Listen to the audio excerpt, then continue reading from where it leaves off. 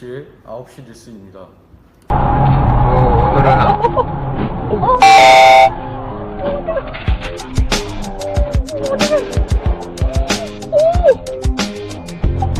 어떻게 119 위치가 사고가 나가지고요 지금.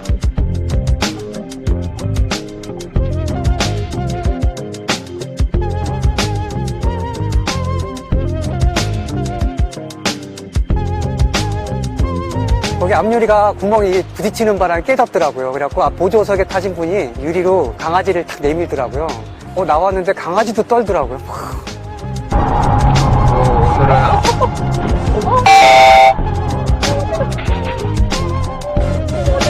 피해 차량 운전자분들은 지금 병원에 지금 치료 중이시고요. 졸음 운전 저희도 수정을 하고 있어요. 왜냐면은 이 사람이 제동기 같은 게 아무것도 안 보이거든요.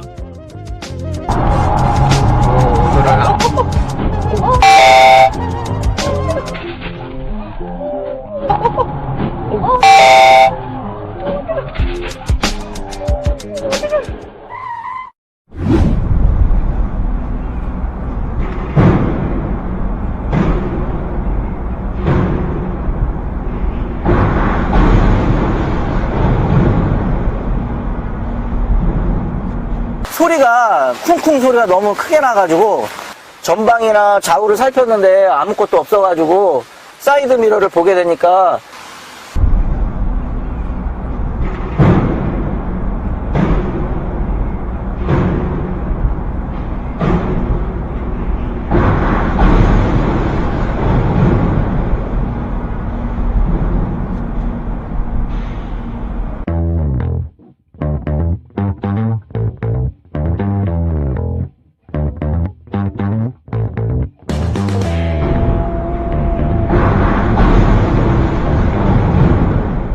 최근 3년간 고속도로 교통사고 사망자 10명 중 7명은 졸음운전이나 전방 주시 체만 등으로 목숨을 잃은 것으로 밝혀졌습니다.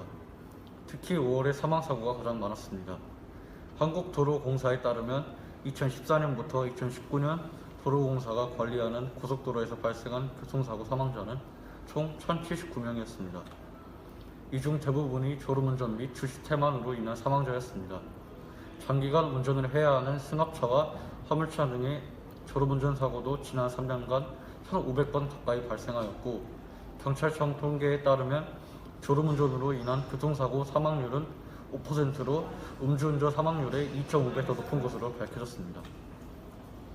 추석 명절 연휴가 본격적으로 시작되면서 고속도로는 졸음운전 사고가 계속해서 발생하고 있습니다.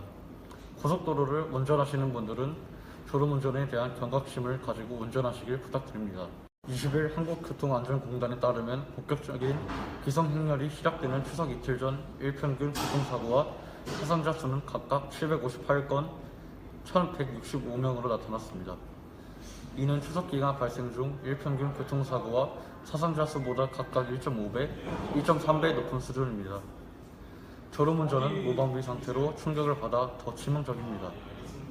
실제 졸음운전으로 인한 치사율은 100건당 2.2명입니다. 전체 교통사고 치사율보다 2배 이상 높은 수치입니다. 졸음운전 예방법 중 가장 좋은 것은 운전자의 컨디션을 조절하는 것입니다. 왜냐하면 피곤한 상태에서 운전 시 실수를 앞을 못 보고 운행하다 사고가 날 수도 있기 때문입니다. 그래서 최상의 컨디션을 유지하기 위해 휴게소에서 쉬고 가시는 것을 추천드립니다.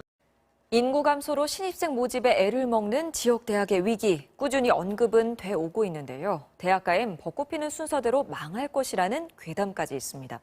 MBC가 연구 용역 조사를 의뢰해 살펴봤더니 딱 10년 뒤 전국 4년제 대학의 3분의 1이 문 닫을 가능성이 높다는 결과가 나왔습니다. 이도환 기자입니다. 지난해 8월 폐교한 부산의 한 대학. 주변은 삭막하고 상권은 초토화됐습니다. 전부 다 가게들이 문 닫았는데 우리는 전기세도 뭐 올게 내년 못 내니 이러는데 완전히 여기가 죽은 길 정도가 밤에는 무서울 정도입니다. 교육부의 일반 재정 지원을 온전히 받지 못하는 대학들 역시 폐교의 불안감에 시달립니다. 저희는 이제 졸업하면 되는데 저희 밑에 3학년, 2학년, 1학년 이제 학교 다니고 있는데 교가 이제 없었으니까 진다는 그런 말이 이제 많이 돌까봐. MBC가 부경대 지방분권발전연구소에 의뢰해 신입생 충원율과 등록금 의존율 등 23개 변수를 적용해 분석해봤습니다. 그 결과 전국 203곳의 4년제 종합대학 가운데 3분의 1가량이 10년 안에 폐교 위기를 맞게 된다는 결과가 나왔습니다. 당장 내년부터 43곳이 재정 위기에 빠지고 내후년 12곳, 2024년 2곳 등 오는 2031년까지 70곳이 문 닫을 위기라는 건데 절반 이상인 39곳이 지역대학입니다. 특히 26개 대학은 폐가 기준인 신입생 충원율 60%도 못 채울 것으로 전망되는데 이 역시 대부분 지역대학입니다. 신입생 수는 무섭게 줄어드는데 그나마도 상당수가 수도권으로 향하기 때문입니다. 올해 교육부의 대학 역량 진단 평가에서 가장 배점이 높은 충원율 비중이 20%로 확대되면서 지역대학의 폐교 위기는 더 가속화되고 있습니다. 정원을 줄이다 보니 재정은 악화되는데 지역대학에 대한 교육부의 재정 지원은 수도권의 절반 수준입니다. 소멸 위기에 있는 대학들 간에 굉장히 자율적인 바탕, 그러나 국가 지원을 확실하게 받는 방식으로 좀 경쟁력을 갖춘 대학으로 통폐합을 적극적으로 해나갈 수 있게. 이런 상황에서 교육부는 단계대학 집중관리 정책까지 내놨습니다. 퇴출로 이어지는 대학가 구조 조정을 공식화한 셈입니다. MBC 뉴스 이두원입니다. 교회 임금 체불이 심각한 것으로 드러났습니다. 2020년 국정감사를 통해 폐교 대학 17개교 가운데 청산 절차를 완료한 대학교는 단 1개교뿐인 것으로 확인되었습니다. 임금 체불, 재취업 등으로 고통받는 교직원들은 보호할 대책이 시급히 마련돼야 한다는 목소리가 높아지고 있습니다. 폐교대학교의 폐교 원인은 학생 수 감소, 설립자의 비리와 부실 운영 등으로 나타났습니다. 대학 청산 절차가 제대로 이루어지지 않는 탓에 임금체불 등과 불이익은 남은 교수의 몫이 됩니다. 학력 인구 감소로 폐교 대학이 더 나을 개연성이 충분함을 고려할 때 폐교 대학의 교직원들을 보호할 방안을 확충해야 한다는 지적이 거론됩니다.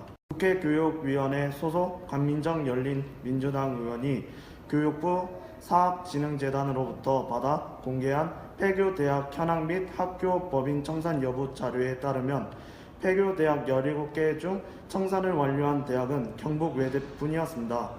학생 충원난과 인건비 상승 등 재정적 어려움에 시달리다 2014년 2월 28일 폐교된 경북 외대는 2018년 우열 교육재단의 재산을 귀속시키며 청산 절차를 마쳤습니다. 나머지 대학은 교비 회계, 불법 사용, 횡령, 임금체불, 열악한 재정, 학생이 적다는 이유로 청산 절차를 완료하지 않았습니다. 이 같은 문제로 인해 교직원들의 임금체불은 서남대 265억 원, 성화대 10억 원, 한중대 448억 원 등 823억 원에 달했습니다. 교육부도 문제를 인식한 이상 교직원들의 임금체불 등을 해결하기 위한 대책이 마련돼야 한다고 생각합니다. 시청해주셔서 감사합니다.